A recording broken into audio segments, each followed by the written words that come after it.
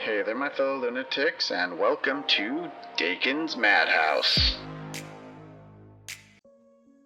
Today, we're going over the third slime boss, Ivy, the poisonous mass. Let's start this by taking a look at Ivy's stats and strategies. On standard, Ivy has 39,155 hit points.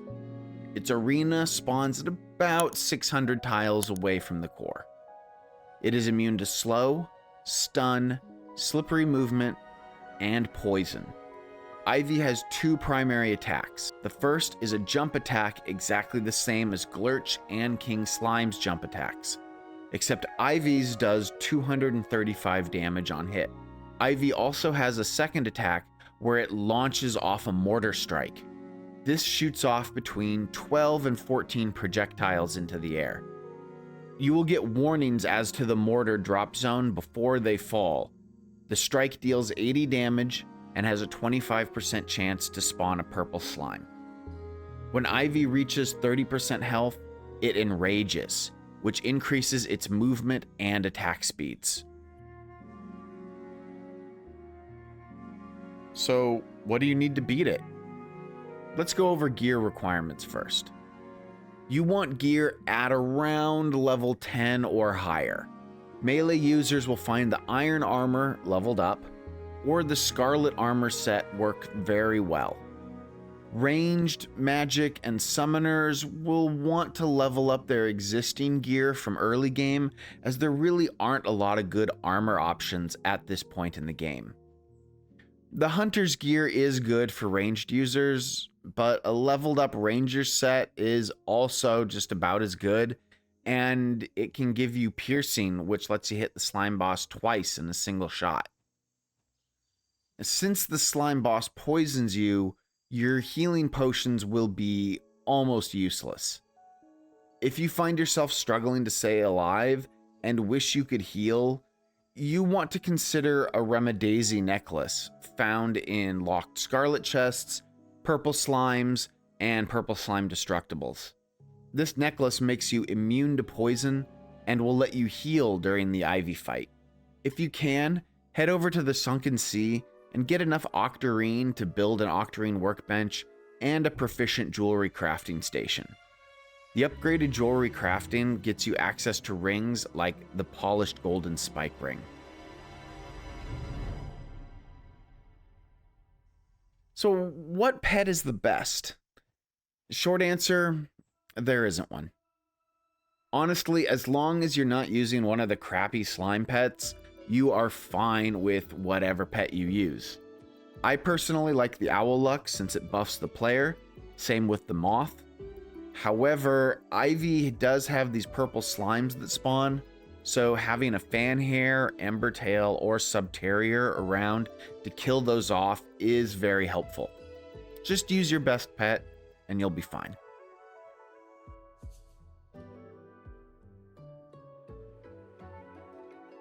I wouldn't expect you to be harvesting golden crops yet, nor do I expect you to have a high enough cooking to get the good buff foods yet either. However, at this point, you now have access to bloat oat, and you can make some pretty good buff foods. If you use the golden versions of crops, that's even better. If not, that's no big deal if you can't.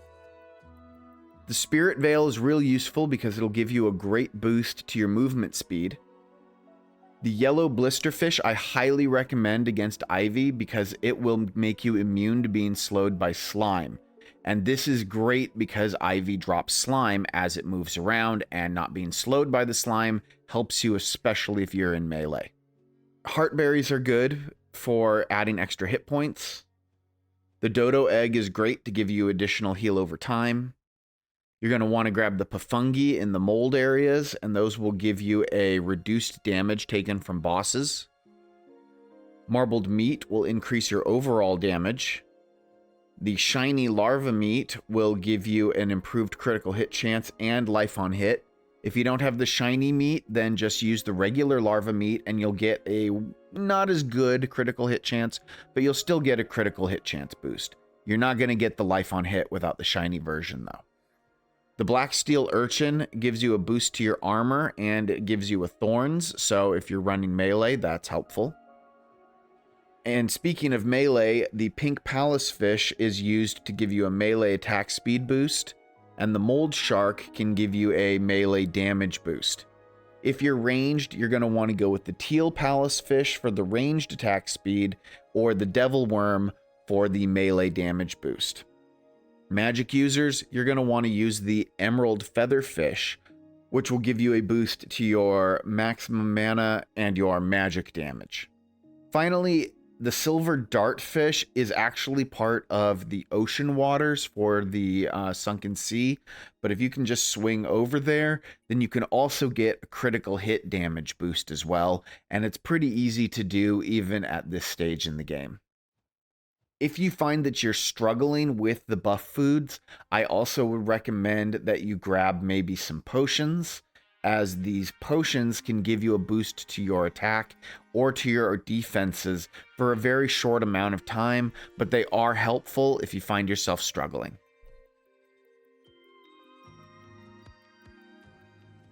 Whenever I deal with Ivy, I use one of two primary strategies.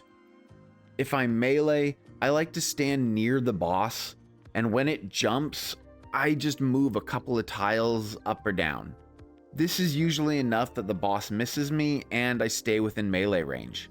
Repeat this process until the boss dies. If I'm using ranged, magic, or summoning, I prefer to move in a giant circle, staying a few jumps away from the boss at all times. I attack from a distance and give myself room to get out of the way if it gets too close. I recommend placing a bed nearby, maybe next to a waypoint. This will let you get back into the fight pretty quickly if you get killed. Now, if you want to cheese this boss, I recommend checking out my video on how to cheese all the slime bosses. It goes over the best method for killing Ivy without putting literally any effort into it at all. So what kind of loot does Ivy have? Well, Ivy will always drop its chest, which of course it's what it stores all of its loot in. And then one of its roles will always be for one of the following items: Ivy's ring, the poisonous sickle, the Remadaisy necklace, Ivy's pants, Ivy's thorn harness, toxic defender, the oozy poison egg, or one of the corrupt warden pieces. After that one roll, it then does 6 more rolls to give you one of the following potential items. Any of the items I listed before are potentials here. In addition, you can also get some poison slime, some scarlet ore, gold ore, ancient gemstones, mechanical parts, Ivy's figurine, and a beast booster. Out of all this armor and gear, my personal favorites are the poisonous sickle and the Ivy's pants and Ivy's thorn harness. Those are all excellent items and make for a great poison set.